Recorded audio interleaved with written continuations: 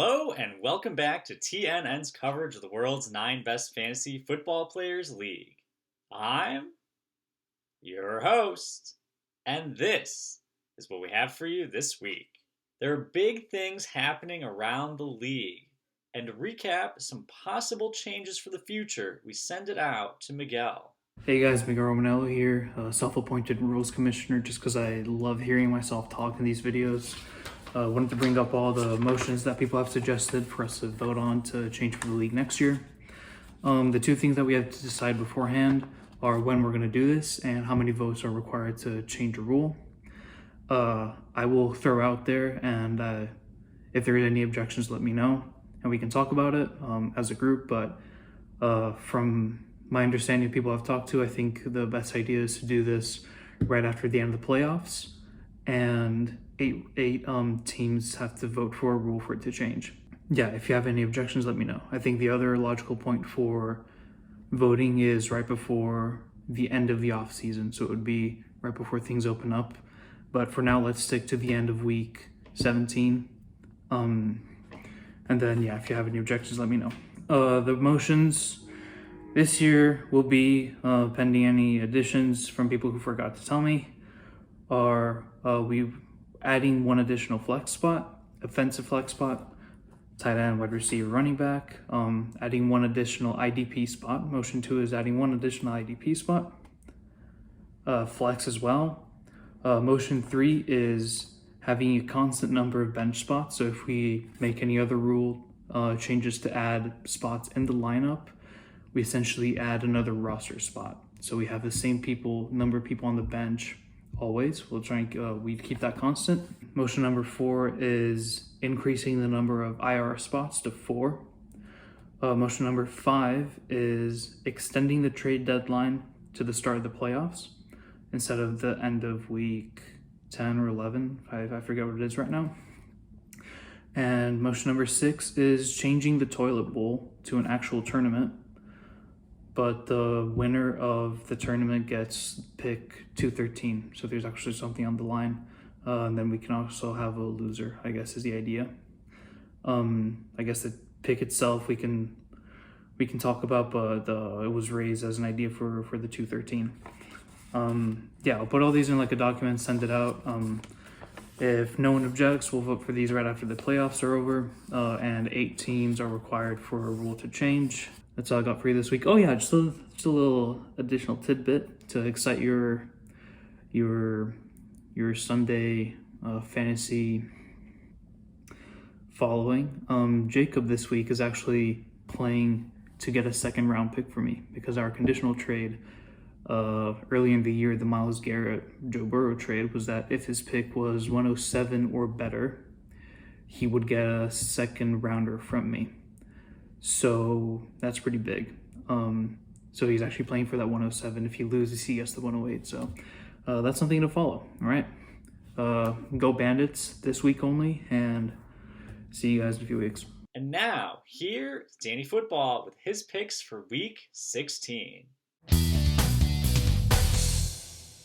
Hey, what's up, guys? World's 9 best fantasy football players expert, Danny Football here, back with another week of expert predictions. Last week, first week of the playoffs, pretty good for me, going 3-1, bringing my total on the year up to a very nice 53-35. My guest, Brett, unfortunately was not able to beat the expert. Great for me. Great chance to redeem myself. Looking forward to having Brett back on next year. But now, it's a new week, there's a new guest, and a new chance to beat the expert. So guest, why don't you go ahead and introduce yourself? All right, how's it going, everyone? Mike Visconti here, proud owner of Team Ham and Throw.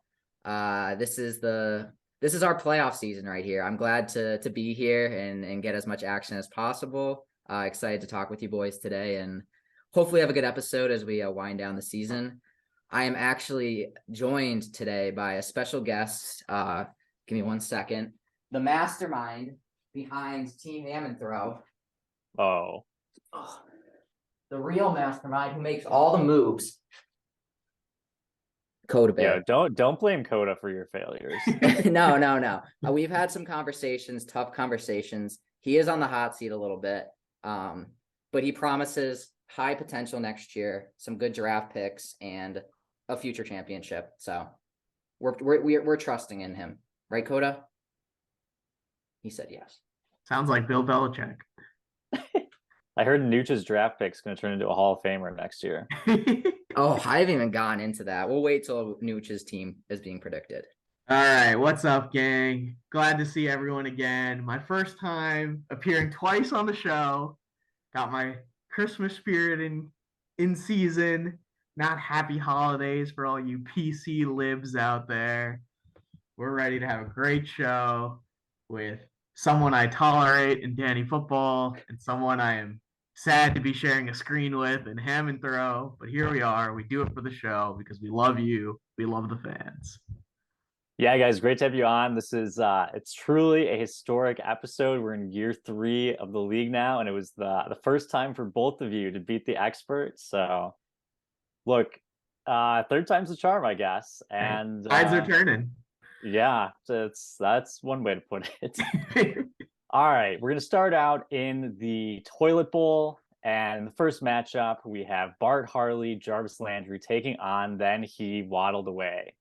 Just like last week, Sleeper is lagging behind on their projections, got to finalize some things. So we do not have percentages, but we'll have the editors throw those in post. This one is truly a matchup that nobody cares about. Two teams that really shouldn't have been in the toilet bowl. And, they both subsequently saved themselves last week. They won. This is the battle for 7th place, the game that literally no one cares about. Low stakes here. Give both of these teams a chance to look ahead to next year, though, which I think is going to be good for both of them to think through some potential changes, see about how they want to shake things up. Unfortunately, though, I think they may not want to think too hard about that, considering both of them went kind of all in this year, gave up some draft picks. They're going to be without their full draft capital to really make those moves in the future that are going to be needed to really change the tides of these two teams. I don't want to dive too deep into this one and, just say that my gut tells me that Waddle is still hobbled. I'm going to go with Bart Harley, Jarvis Landry, and I'm begging with Nooch to please change the name for next year. It is a cursed name, and everyone knows it. So I'm going to go with Bart Harley, Jarvis Landry in this matchup. And hopefully that's the last time I ever have to say that name on the show. Actually, I just wanted to say one thing, just to correct you. This is a semifinal matchup, correct? Like Nooch's team is in the semifinals, right? Because he made the playoffs, like everyone said he was going to. And that I get a late first round pick from him because I have his first round pick this year. Just to be clear, I wanted to correct you on that one. Yeah. So I think that the only people that the NFL refs hate, maybe as much as the Patriots this year, is BHJ, whatever his team's name is. I definitely can't ignore that. I think it was Jalen Phillips. He had the sack that got called back, and if that counted, Nooch would actually be in the playoffs. So just funny. Obviously, I'm very happy with how this turned out. I get the 6th pick at the expense of the 3rd pick, and obviously I'm taking that every time. I think it turned out very well for my team, and sorry, Nooch. It happens, man. Are we just going to ignore the Jonathan Taylor injuries there? He's going to be fine next year, and Kyle Pitts will be fine next year, and Najee Harris is going to go off next year. We're in a good place as a team, and whoever we draft with that 6th pick is gonna probably go off more than that 3rd pick. So it's just like the Jason Tatum trade. You had the higher pick, you trade back, and you get the better player that you wanted anyways. So that's just kind of how we roll with Team Ham and Throw. But with that being said, I have to bet against Nooch's team one last time. So not his team. And I'm going to go with Joe's team. All right, interesting picks, one on each side from the two of you. This is truly an all-time battle between one of the best names in league history, Then He Waddled Away, and one of the worst names in history of the world, actually. This has nothing to do with fantasy football. This is an affront to humanity. These are the same tongue. This is the same tongue that created the magnificent operas of the world, the same visionary minds that created the Colosseum and the Sistine Chapel, and they Great came up with architectural feats there. I'm yeah, sure Joe's a big fan. incredible. And they came up with Biddy Moo Fudge Smittens, and I just can't even look at the players on this team. It doesn't matter who they have. This is a landslide victory. The weight of the world is behind Then He Waddled Away. And I just don't think that there is enough fan support to justify picking BHJL in this matchup. So I'm going with Then He Waddled Away. I like it. I love having both guests opposite the expert here. Great pickup opportunity for me. All right, next up in the toilet bowl, we have Team Big Chungus 22 taking on Team M Vanek. Jacob, who do you like in this matchup? I gotta say, Team M Vanek, hot. Talk about a hot team. 2 wins to end up the regular season. Coming in hot, had the bye in the toilet bowl. Understandable. Honestly, could have won some games. They would have beat Ham and Throw. Yeah. They would have beat Ham and Throw if they were playing them. I'm just saying. So, unfortunately, I also think Big Chungus has really turned things up. They're really becoming much more active in the league. Who True. knew it would just take a job opportunity for that to occur or lack thereof? But I'm going to go with Team Mvanek to pull out the upset and complete his little trifecta to end the season. I think this is a very interesting matchup. Two people who have had not so great seasons, one more than the other.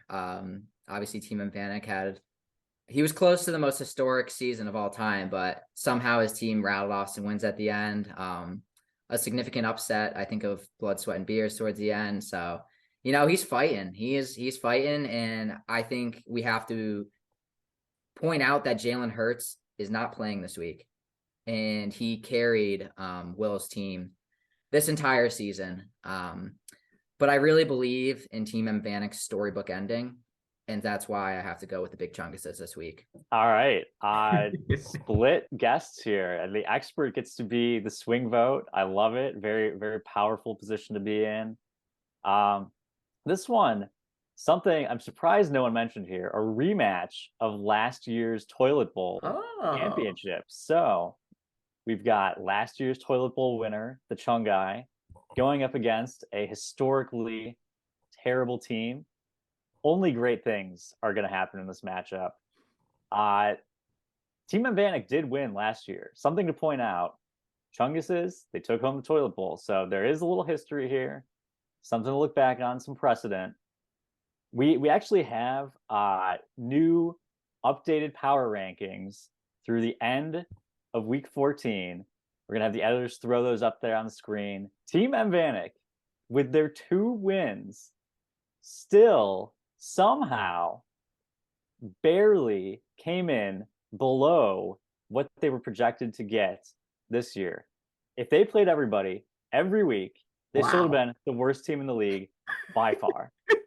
Should have won about 15% of the time. What they came in as was 14% with their 2 wins. So that's impressive.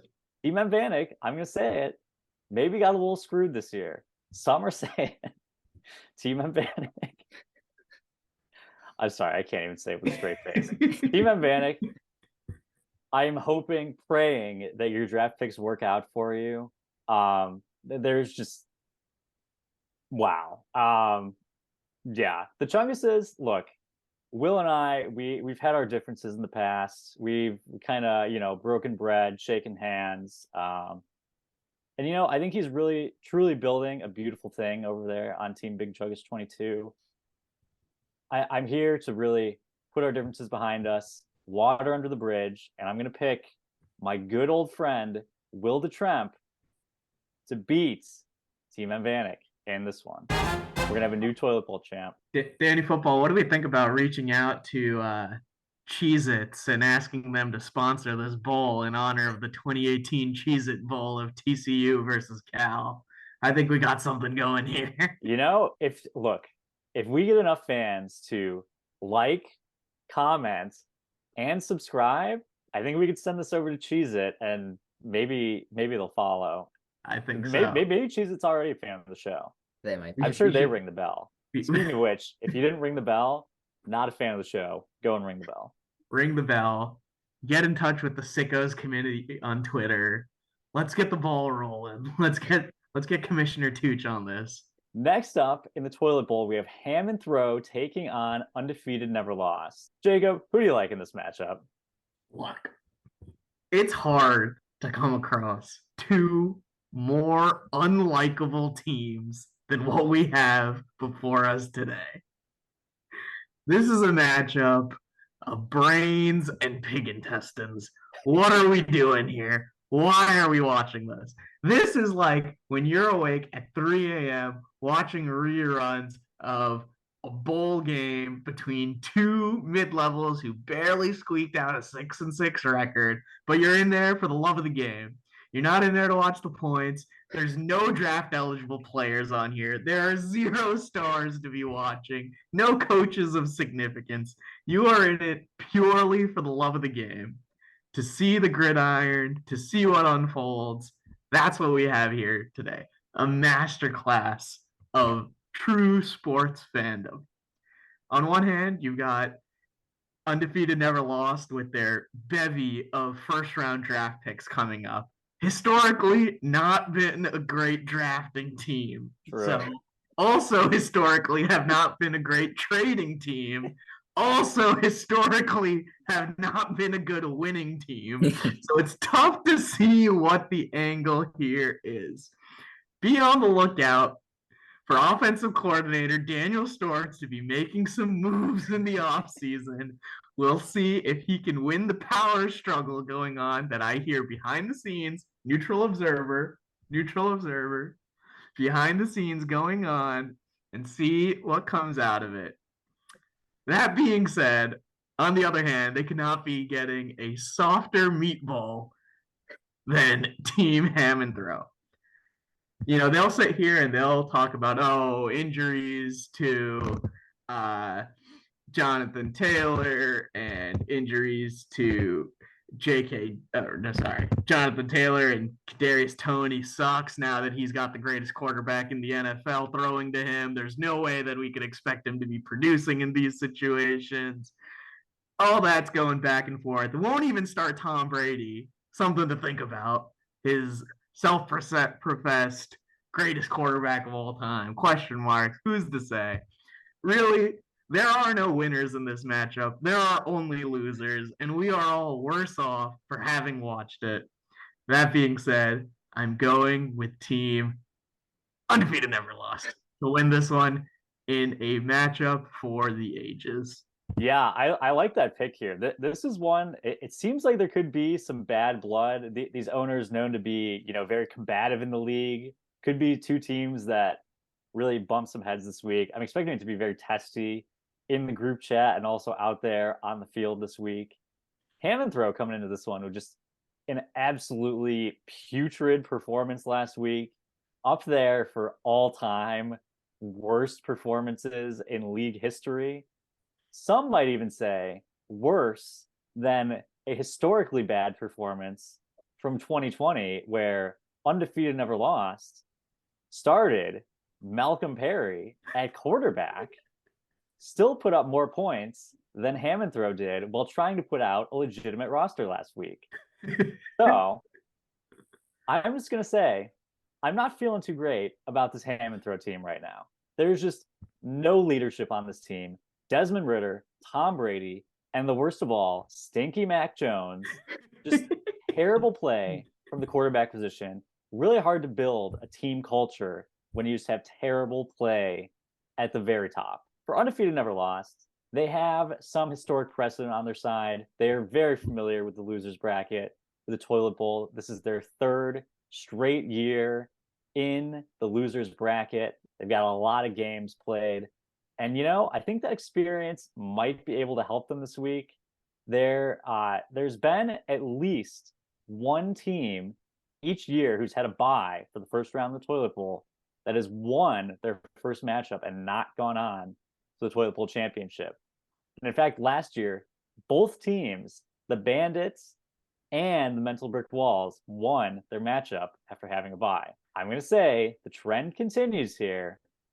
And if there's anything I learned from the Bandits last week, it's experience pays off in the playoffs. I'm going with undefeated, never lost. Oh boy. Okay. So obviously there was a lot of talk there about Team Ham and Throw and kind of where we're at. Obviously I'd like to address all of that. First, actually, before I talk about my team, I want to point out that Miguel's team and I, we have the utmost respect for each other. I think that it's being said that we're combative, but I guess in that way, we come together as two teams that have the most respect for each other, probably the most respect out of any two teams in the league. Some even say this is like Notre Dame versus Navy level stuff, just pure respect right from the beginning. By the end of it, we'll be singing the alma maters together of each other's teams.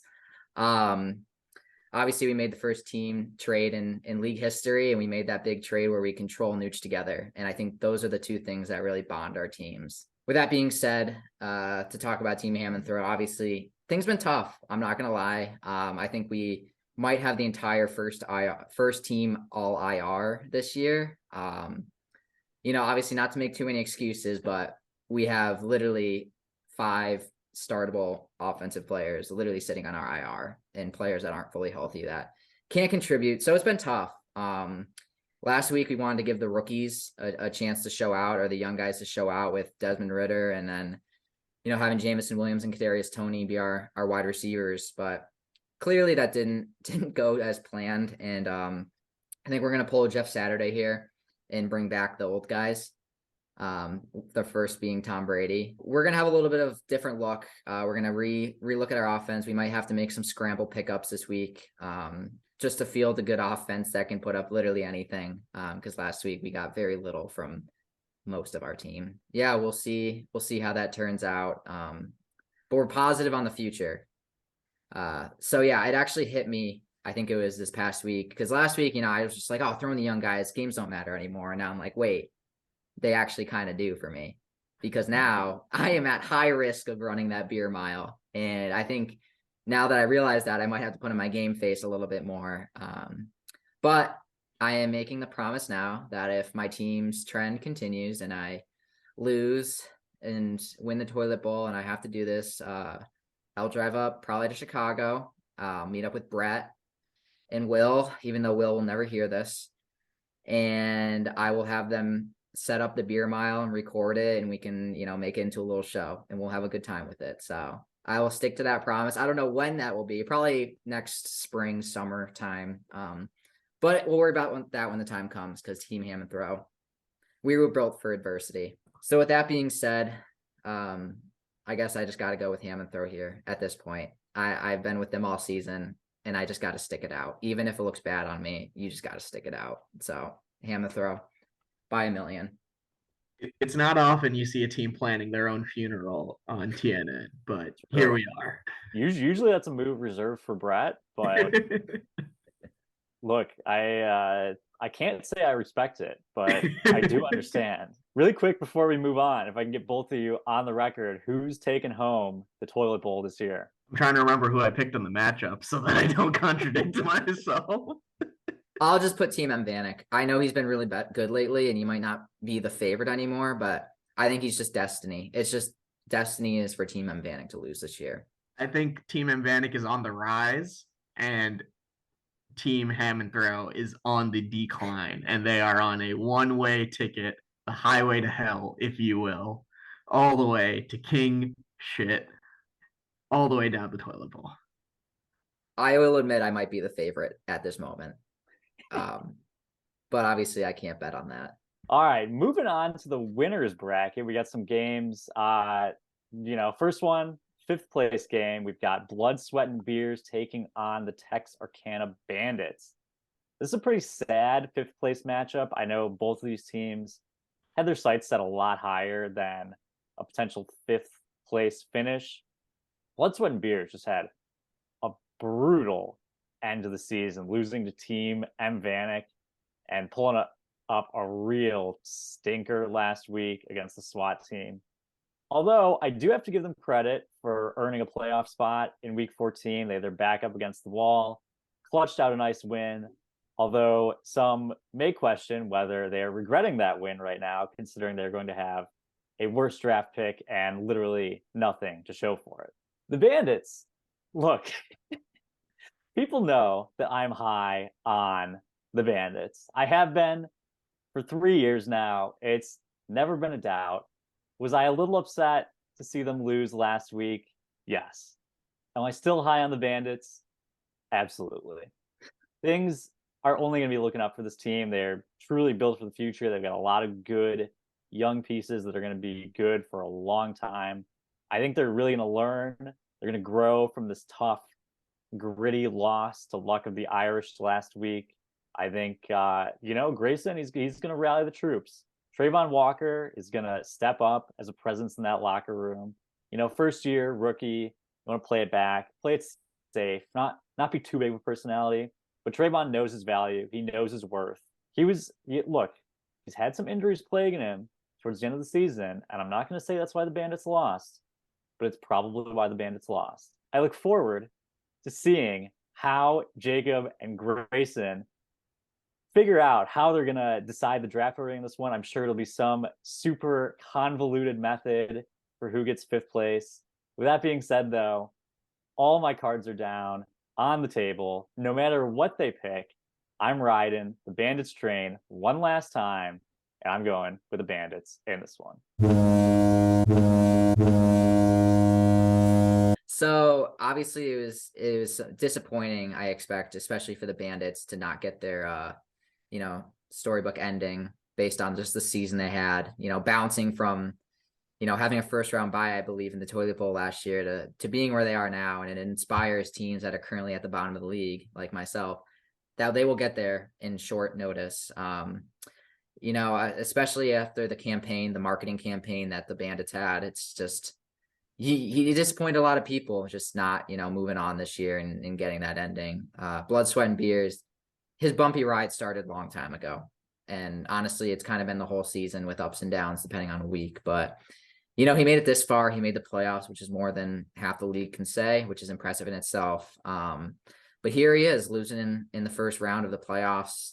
I know he did that last year too. And we'll see what they decide for how they want to establish the order. But I got to ride with the Bandits. I usually don't, but he's just been the better team all year. And I just don't believe in Blood, Sweat, and Beers. So that's my pick for this week. Yeah, fans of the show will know.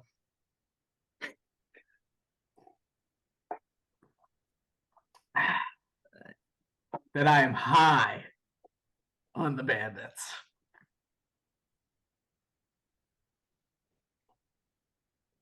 Not a paid advertisement. That being said, you got to take last week into perspective, right? The Blood, Sweat, and Beers, we're coming off a massive victory over division rival. Then he waddled away to get ourselves in the playoffs, cement it. The young guys, sometimes they just don't come through. It's important to remember that last week's 177 points would have still beaten Ham and Throw in 10 of the 14 weeks of the regular season. So, perspective. Like I said, you got to put things into perspective. I have a tremendous amount of respect for the Texarkana Bandits. A model franchise. They stuck it out. They grinded it out. Like you said last week, first round bye in the toilet bowl, and all the way up to the number 2 overall seed in the league. That's truly a commendable achievement.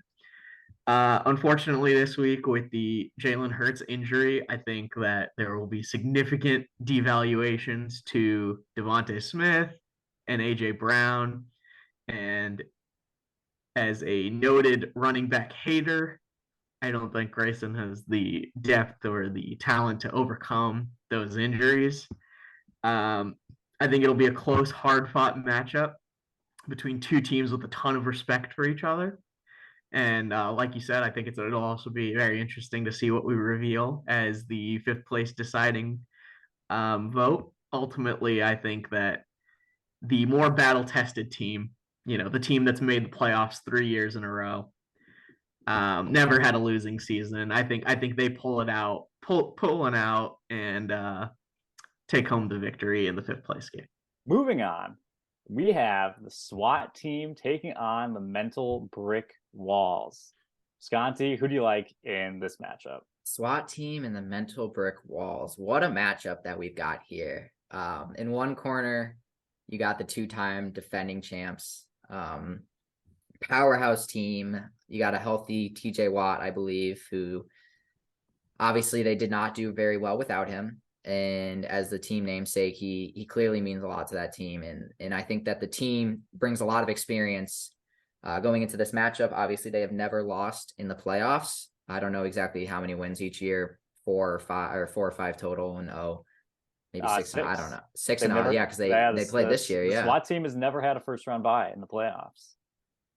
wow. But is that counting the week that you had winning last week? Well, first off, I didn't win last week. Oh my God. And second You had off, a bye. no, wait, that would what? be Dude, I don't 7 know. straight wins in the playoffs then. All right, I'm losing my mind. All right. Anyways, Yeah, Commissioner Tooch beat me last week. There was no bye involved. I see. Okay. And in the other corner, you got Brett, who obviously turned his whole team around significantly from last year, just a complete 180, and he's been on a tear this year. Notably did lose to Ham and Throw. Just want to throw that out there real quick. But alas, he was the best team in the league this year, even losing to Ham and Throw, who was better that week. I don't really know what to take away from this game. You got 2 tough competitors. I think it's a really good story between, the team that's been historically the best team compared to the team that's been the best team this year. But I'm going to have to ride with the experience of the SWAT team and healthy TJ Watt. And I can't bet against them. They haven't lost when healthy in the playoffs. And I'm not going to be the fool that bets against them. But this could be good for Brett. I could be the jinx that he needed. So we're going with SWAT team. Yeah, I think that's a good pick here. This is one that's going to be really interesting to watch. The SWAT team's coming in on a really big winning streak into this one. Although they are pretty banged up right now with very little bench depth. I know making start-sit decisions for Commissioner Tooch very easy over the last couple of weeks. This is a team that has really been carried, though, by their defensive prowess. And, just across the board, look, you've got TJ Watt, you've got Nick Bosa. But this team, they're really solid top to bottom. They've got Derwin James, they've got Nick Bolton, they've got Roquan. Really just a bunch of dudes who are always going to go out and get you at least that 10 points that you're looking for out of your defensive players. I think the biggest question mark for the SWAT team, though, is clearly the quarterback position. This team, they've just had no answers all year. They have a terrible rotating cast of quarterbacks between Daniel Jones, Aaron Rodgers, and Kenny Pickett, none of which are great starting options. You'd think Rodgers would be good. He has been in the past. This year, not so much. Worse than Daniel Jones, believe it or not, fantasy-wise. This is a position I certainly think they could be looking to upgrade in the future, but it's what they got to deal with right now. For the brick walls, this is going to be a true test of their mental toughness. The last time we saw this team out on the field, they were being upset by Team M. Vanek in a game where they were not trying to lose. So, look, no one wants to lose to Team M. Vanek. I know he's got a 2-game win streak going into the end here, into the playoffs, but still, if you're the brick walls, you're the number 1 seed, you got to go out and put away a terrible team. Some may say they're looking off to the playoffs, and I understand that, but still, you got to show up every week to impress this expert. Unlike the SWAT team, they appear to have found their quarterback in the future, Trevor Lawrence, who has been surprisingly a very good, kind of under the radar quarterback for fantasy purposes this year. I think he's had a really good fantasy campaign. This one is going to end up really close. That's just my expert gut instinct. It's going to be a really close matchup. Number 1 seed, team that's 2-time defending champs, big win streak. A lot of storylines coming together here. Only one team can come out on top. But if there's one lesson I've learned from this postseason so far, it's you got to trust the experience and I'm going with the SWAT team in this one. Yeah, I think you guys both brought up some really interesting points. There's all the discussions of Commissioner Tooch has never lost a playoff game. Commissioner Tooch is commissioner of the league. Somebody connect the dots for me here. There's something fishy going on, and I can't wait for TNN's investigative journalism unit to be out this summer, out in the world, doing some real hardcore big J journalism and figuring out what the connection here is. I'm not saying it's rigged. All right. I'm not revealing anyone's location on Twitter, but there is something fishy going on with Commissioner Tooch's team. I am a man of the people. I have been. I always will be. So ride or die, I'm picking the mental brick walls to be tough enough to figure it out, to stand up, and to have the support of the entire nation going up against Commissioner Tooch and the SWAT team. There are several noted questionable characters on the SWAT team, and I can't say the same for the brick walls. Truly upstanding, well-intentional, well-meaning members of society, top to bottom for their organization, from the owner and the GM all the way down to the special teams unit. You cannot say the same for the SWAT team. I'm going with the good guys. Good guys are winning this one. Let's go mental brick walls. Finally, in our marquee matchup of the week, we have the Pumper McNichols taking on Luck of the Irish. Jacob, what are your thoughts on this matchup? These past couple weeks have not been very lucky for the Notre Dame Fighting Irish, but I cannot say the same for the Luck of the Irish. They have been on a tear. They got into the playoffs somehow, eked out a close win against the Texarkana Bandits. They are a hot team right now. They are ready. Too hot, possibly, for the Pumper McNichols. Look out for some burned bread this weekend. We might be dealing with an oven of extraordinary temperatures. There's been some quarterback struggles on Luck of the Irish. Justin Herbert hasn't looked great, but we can say the exact same thing for the Pumper McNichols. Who's going to start? Don't think it's going to be Lamar. Yeah. Trust in Geno Smith against the Chiefs. We'll see. But ultimately, I think that the bye was negative. It was a difficult position for the Pumper McNichols. I think they could have really used a tune-up game against a easier opponent. It's going to be tough for them to come out of the bye, come out strong versus a tough and tested Mean Tom run Luck of the Irish. We've said it all year long. We're just waiting for that Pumper McNichol collapse, and I think it's coming this week. And I'm going with the Luck of the Irish. That's some good analysis right there. So Tom, his team, the Luck of the Irish, they have been on an absolute tear recently. I remember it wasn't too long ago that he traded for D-Hop, and everyone was staring at him just like, this guy's not even gonna make the playoffs. Who is this fool? Just a fraudulent team, right here, just making a trade that doesn't make sense. And I think he has proved that the Luck of the Irish is a little more luck than we expected, and he has just stormed through the league. Just an absolute clutch win over Nooch's team at the end of the season, which obviously I was excited to see. Just gritty win just by, a couple points, and then hopping into the playoffs and just taking down potentially the best team of the year in the Bandits, and again by, I believe, 2 points. So it's hard to bet against a guy that's just been grinding out gritty wins just over and over. And obviously, I've never been the biggest fan of the McNichols, Pumper McNichols. I've always thought they had a good team, having the core of Lamar, Kelsey, and McCaffrey. I mean, it's hard to get better than that. But it's been stated multiple times this year that we just didn't feel like they had a championship level team in the current state. And with Lamar out this week, I think that's only going to be exacerbated, and I think it's gonna bite him in the butt, and he doesn't have the grittiness that the Luck of the Irish have to win in these types of matchups. So with that being said, I'm going to take Luck of the Irish, probably winning by another, by 2 points again. So it's going to be a close one, but you can't bet against the Irish here. Yeah, I like those picks. This is a huge matchup here. Two of Fat Charlie's finest facing off. I'm really glad both of you said that the Irish have been on a tear lately. That is the exact same phrase I had in my notes. Great minds think alike. And the Irish, they really seem to be a team of destiny right now. They've had very narrow victories the past couple of weeks. I don't know. This team's got something going for them. Call it luck, call it destiny, call it an act of God, whatever it is. The Irish clearly have sold their soul in order to just go on this huge win streak into the playoffs.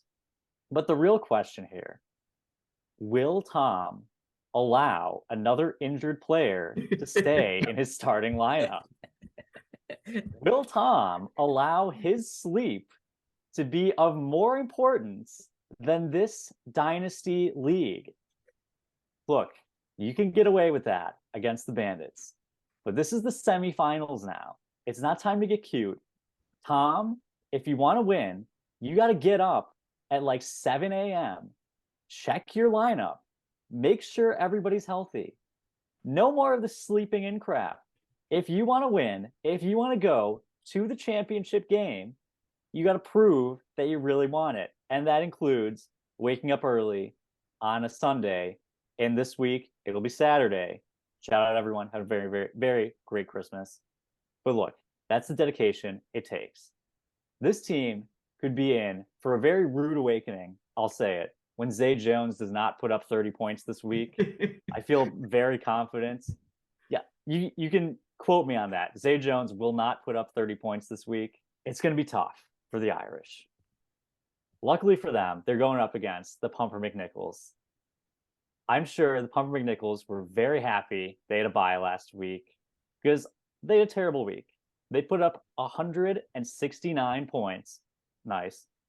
But they would have lost to literally anybody else in the playoffs. Things could have been looking very different for this team if they didn't have that bye last week. This team, I will say, they were number one in the TNN power rankings this year, somehow. But the consensus among all the experts, all the guests on the show, has been that this team is full of chokers. History has shown us this, and I think it's going to happen again. Look, this is Timmy's first playoff appearance. It's going to be his first playoff game ever. And history has told us to trust experience in the playoffs. There would be absolutely nothing more pumpy-dumpy than for them to lose their first game after getting a first-round bye. The Irish are a team of destiny. The Pumper McNichols is full of chokers. All the signs are pointing one way on this one. So much so that it is giving me pause, thinking, if all the signs are there, is there something that I'm missing? And I'm convinced that there's nothing that I'm missing here, and the Irish are going to win this one. I think you make some great points there, and I just also want to bring out the possibility maybe this is something that Mean Tom looks into. Does he want to turn over play calling duties, aka starting lineups, to Kevin Moss? He is in a more Eastern time zone, so it could be an easier option for him to set the starting lineup. We'll see. It's a little late in the season to be making those kind of changes, but desperate times call for desperate measures. And as we've seen last week, every single point counts. Can't take it for granted. So we'll see if he's willing to hand over play calling duties to Kevin Moss. Also on that note, I actually just thought of this. Noted soccer super fan Tom Walsh. The World Cup was 3 hours. The World Cup final was 3 hours. Started 3 hours before the first game on that Sunday started, which means that he watched the World Cup, all these games, and then just decided that I'm not going to watch the World Cup final. Fake fan. Wow. Either that or he's lying to us. I don't know which one. Damn, all right, let me get you guys on the record now. Who's taking home the trophy this year? Who's adding their name on the historic, the world's 9 best fantasy football players trophy. I'm gonna hate myself for saying this, but as I said before, you can't bet against experience. And so even though there will be a new team name on there will not be a new owner name on there. And I'm taking the SWAT team. I think tides are turning. There will not be a three-peat champion this year. Commissioner Tooch has reached his demise. Damn it. I'm going with the luck of the Irish all the way. Well, Jacob Visconti, thank you so much for being on the show. I'm wishing you all the best of luck with your picks. Of course, not as good as me, can't beat the expert, but it's been great to have you We on. both did. I'm looking forward to redeeming myself and hoping to see you both back here next year. Can't Thank wait. you, Danny Football. We appreciate you having us on the show. It's always a pleasure. Always good to see you. And well, may the best picker win. And everyone have a fantastic Christmas. Remember, no greater gift to give during the holiday season than sharing TNN with a new potential fan. Like, comment, subscribe, and share the videos. That's our new one for this week. And thank you, Danny Football and guests Jacob and Visconti, for those great picks. That's all we have for you this time. Be sure to tune in next week to see how things shook out. I'm your host, and this has been TNN.